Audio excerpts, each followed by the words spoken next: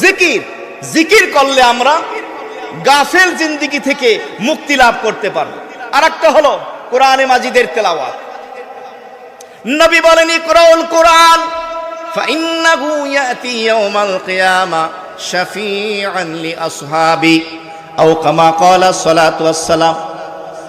রহমতের নবী রাহমাতুল লিল আলামিন তিনি বলেন, তোমরা কোরআনে কারীম তেলাওয়াত করো, কোরআন পড়ো। এর কারণ হলো যেই ব্যক্তি হায়াতের জিন্দেগিতে পৃথিবীতে যতদিন জিন্দা থাকে, নারী হোক পুরুষ হোক, কোরআন মোতাবেক যদি জীবন গড়ে, কোরআন যদি তেলাওয়াত করে, কোরআনের উপরে যদি আমল করে, কাল কিয়ামতের ময়দানে এই কোরআন ওই ব্যক্তির জন্য রব্বুল আলামিনের কাছে সুপারিশ করবে। সুবহান।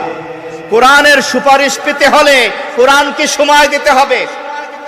2 ঘন্টা 3 ঘন্টা 4 ঘন্টা 5 ঘন্টা ফেসবুক চ্যাটিং করতে পারো, ইউটিউব নিয়ে ব্যস্ত।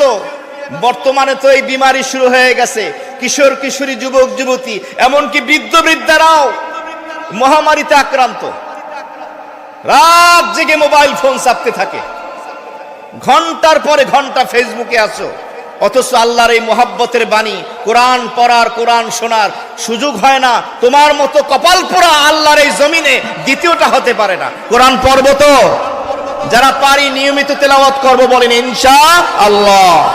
সুযোগ পেলে কোরআন তেলাওয়াত। তাহলে ইমানদার বান্দা বান্দি জান্নাতুল ফেরদাউসের মালিক হওয়ার জন্য 2 নম্বর গুণ হলো অনার্থক কথা এবং কাজ পরিহার করতে হবে। আল্লাহ আমলের তৌফিক দেয়, বলি আমিন।